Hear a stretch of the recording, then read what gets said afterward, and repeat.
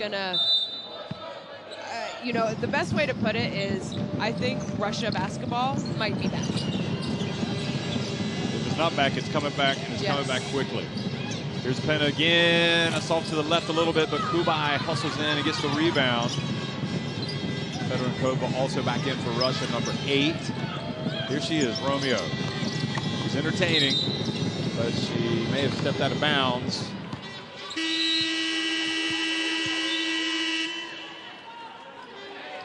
Substitution number 30. So Petro goes back out, and Chinili comes in. Chinili's coming off the bench more.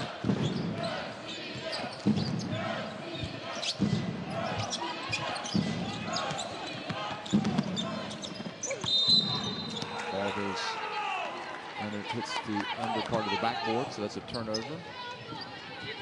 Just on the outside of it, in fact.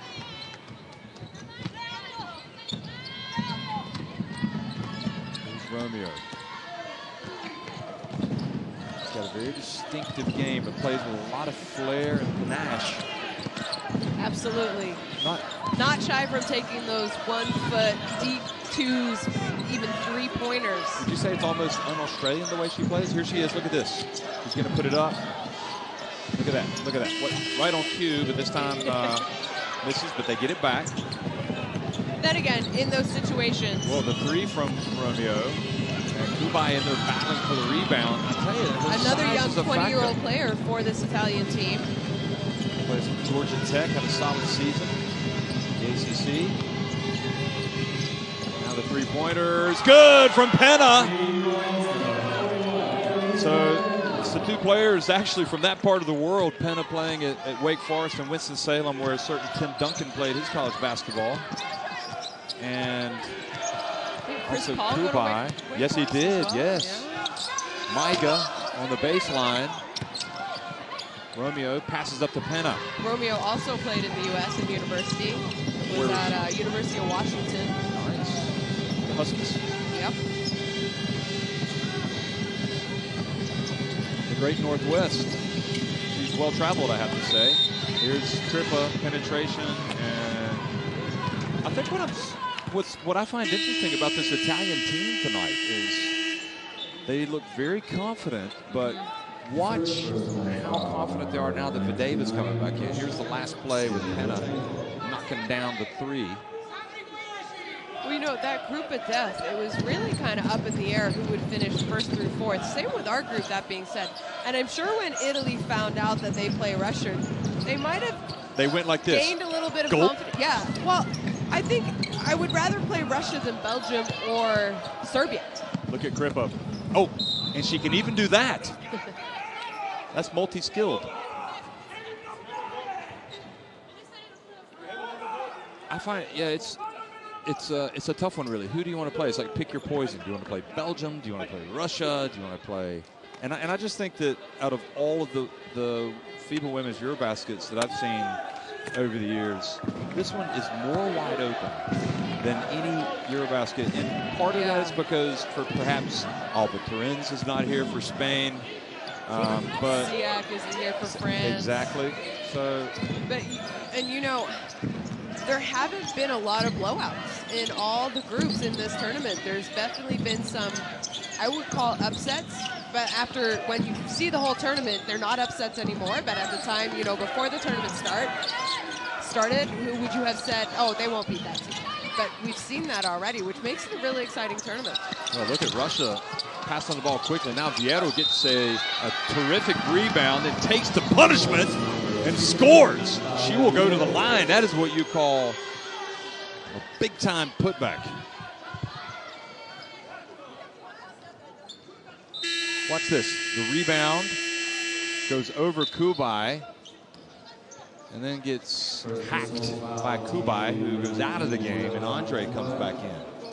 And you know, obviously Kubai has a height of disadvantage. You have to box out against this very tall Russian team. And now it's 20 apiece, and they definitely have a height advantage now, and they need.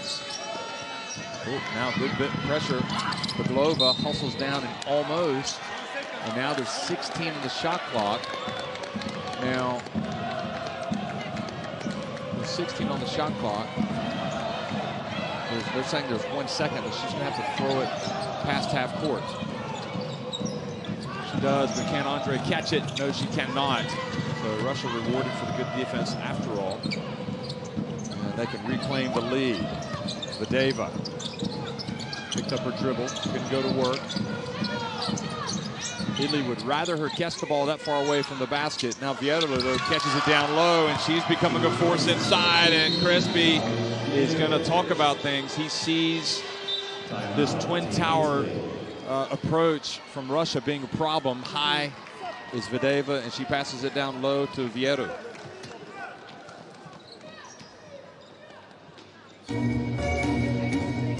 And, you know, we talked about it in group play that Italy is not incredibly tall. They don't have a lot of bigs in the front court. And against a team like Russia, who almost every position, 3, 4, 5, are on average taller than most teams in this competition. Here you see assist to turnover, 6 turnovers for Italy compared to only 1 for Russia. And, you know, going into this game, I would have said, I think Russia, there you see points in the paint, 18 points, and that's because they're tall and they're getting the advantages. But really, Russia, they're a young team, and they do end up turning the ball over quite a bit. Unadvised, unforced turnovers, which as a coach makes you pull your hair out. But it's also part of growing pains. So for me, Italy, they're just too good, and they have too much experience to be turning the ball over that much this early in the contest.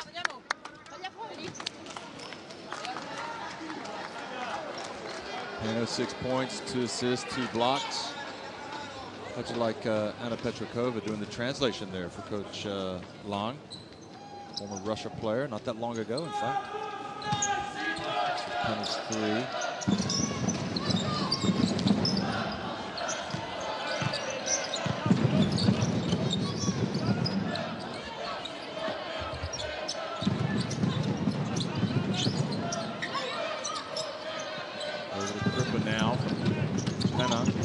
Puts it up, and she's looking tough tonight. This is her best performance by far. 8 points already by Penna, and looking impressive with that jumper.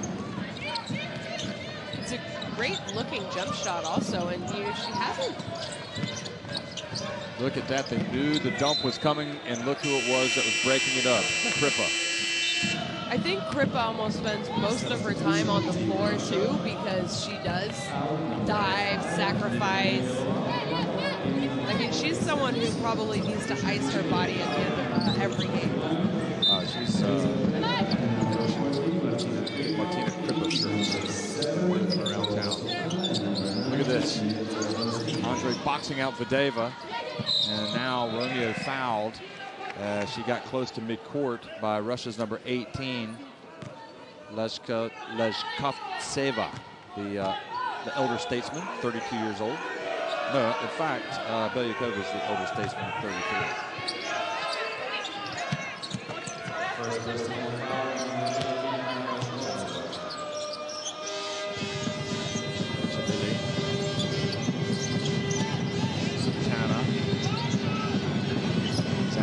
Goes to work. Cassini steps back and knocks in a long 2. Crespi's like, where's all this been? Yeah, those who have tried to do what she just did, it's extremely difficult. There's not many female basketball players who do it as easily as she can, and that was a step back, almost a step back 3-pointer. Nobody was able to box out Vieira, who's starting to earn a living on offensive rebounds and putbacks. 7 points, 4 rebounds.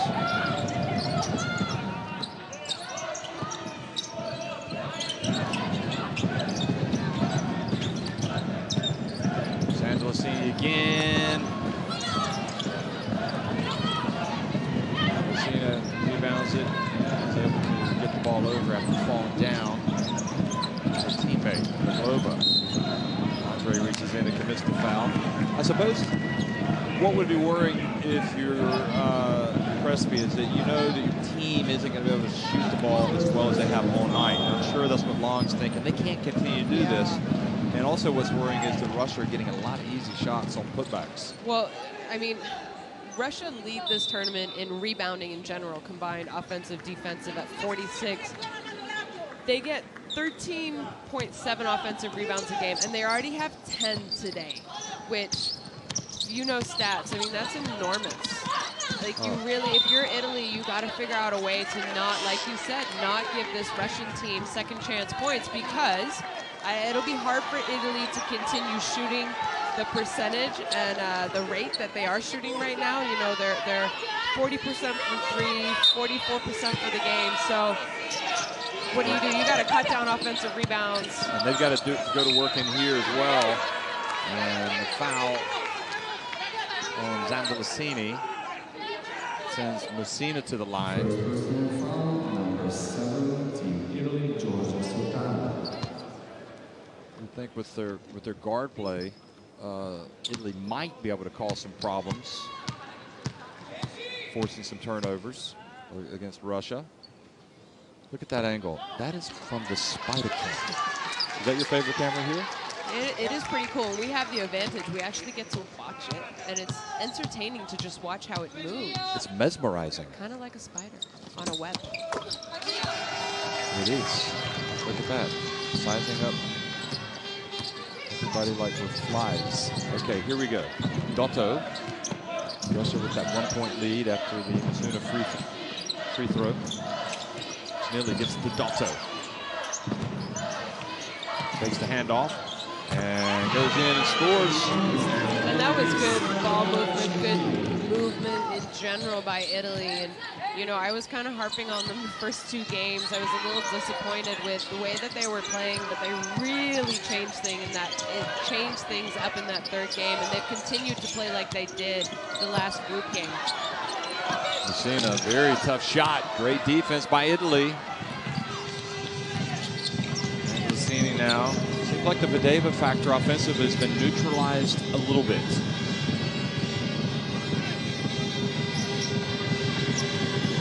Satana pulls up. She's been very quiet. Here's Vadeva showing her ball handling skills. You know, that was Satana's first attempt in this game. We're 3 minutes left in the second half. Sorry, 3.5 minutes left. Second quarter, yeah. In the second quarter. And, you know, we always said she kind of plays her best when she's aggressive, and we really saw her come out aggressive that last game, that win against Slovenia in group play.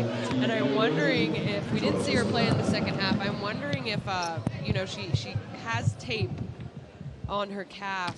Wondering if that's affecting her right now, because when she plays aggressive, Italy plays better, she plays better, and she's just, you know, she's not as aggressive as we've seen in the other games. Right now, some missed free throws helping Italy from Russia.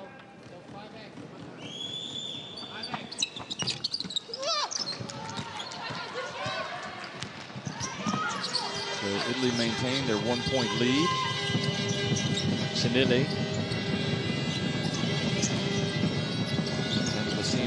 Going up and tries to go past Fierro, who does a great job. And Fierro arguing she had all ball. And the referee says, not so fast, Natalia. Look at this. Oh, no, she got her on the arm. Yeah, What's she talking about? We can't see this on the replay, but we had the advantage of being able to see it. She turned around and looked at Zandalicini and said, "You're flopping." So she didn't talk back to the ref, but she talked to the player. But the ref had none of it. He's like, "No, you definitely got her on the arm." Yeah, I mean, I don't think Zandalicini necessarily needed to fall because she got hit on the elbow, but well, now the Russian misses seem to be contagious. Santana a little bit frustrated coming out of the game. Is that because she wants to play? Or is that? You know, 2 fouls, 0 points. Well, Kripa, you know, in fairness, the way she's played in this game, you could see why he needs to get her back in there. And really, I think whatever the problem with her leg. Turnover against Russia. True.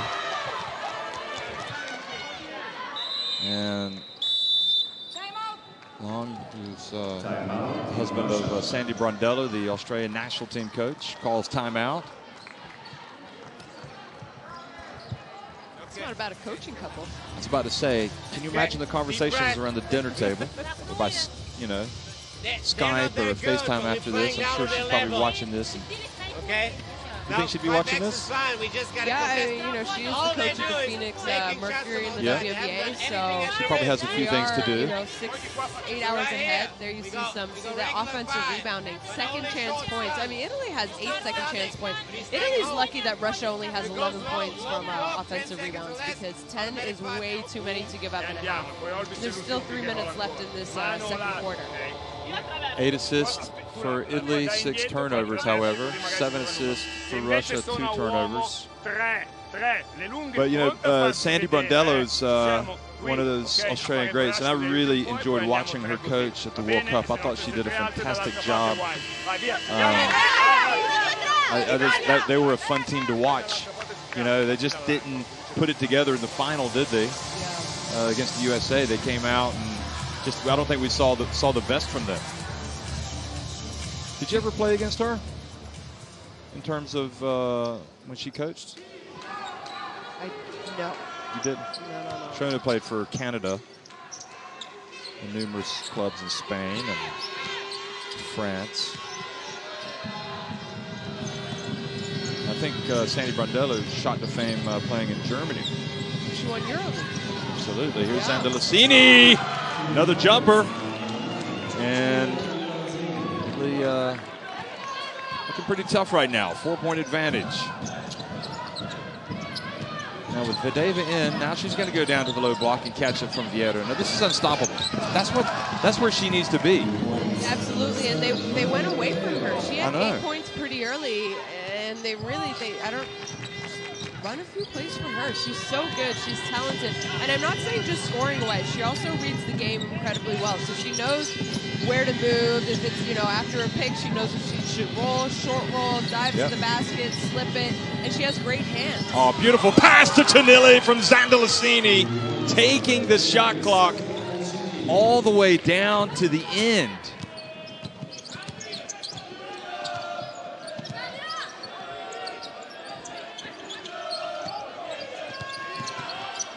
Vadeva rimmed out, and who are they going to call this on?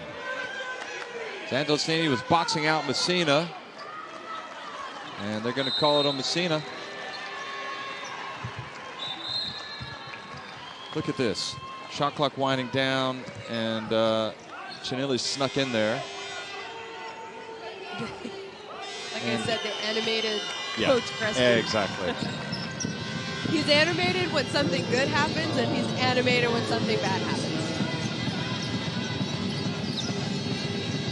Here's Crippa to Dato.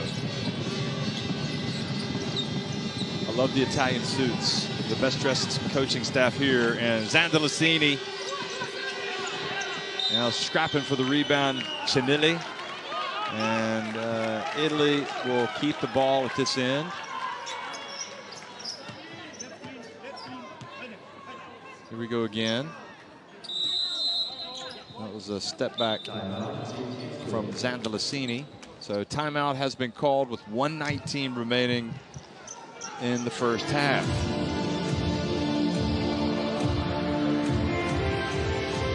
Let's go down to the huddle.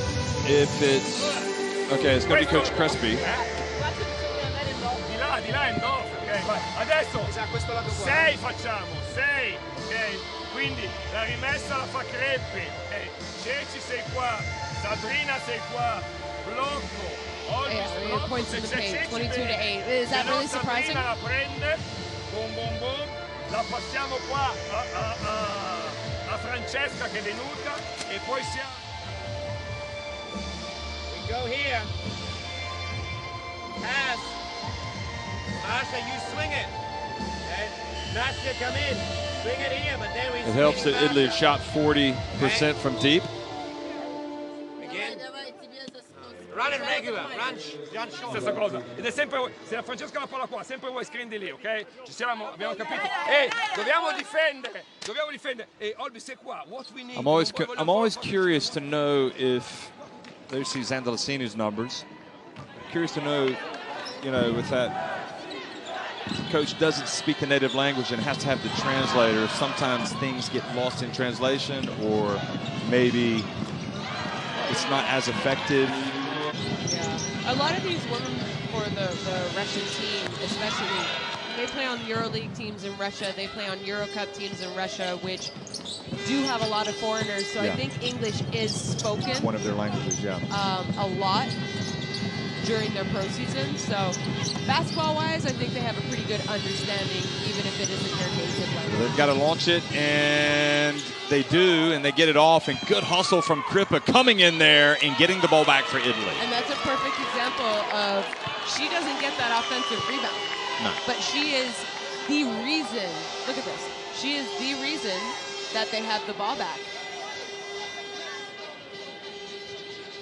So they ended up with a tough shot and get the ball back, so a new 14 seconds. Like in the game.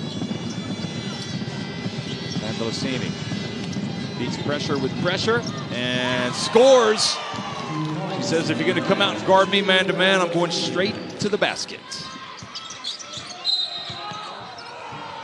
And Dotto now called for a foul. A little bit too much contact there. A little, you know, I mean, I think she was just trying to pressure the ball, make things difficult. But it's a silly foul, in my opinion. I mean, you're now putting them to the line. You're in bonus. You have a 6-point lead, 45 seconds left in the game. You don't need to foul in that situation.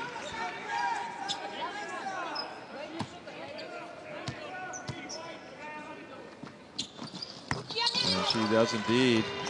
Fedoronkova makes both free throws. So back to Italy.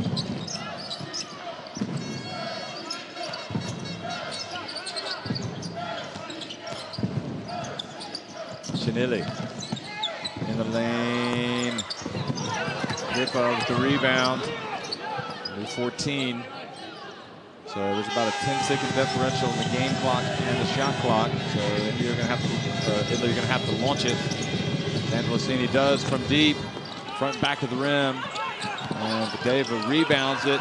Still enough time here. Shilova has it. Gets it. Oh, and backcourt violation, incredibly.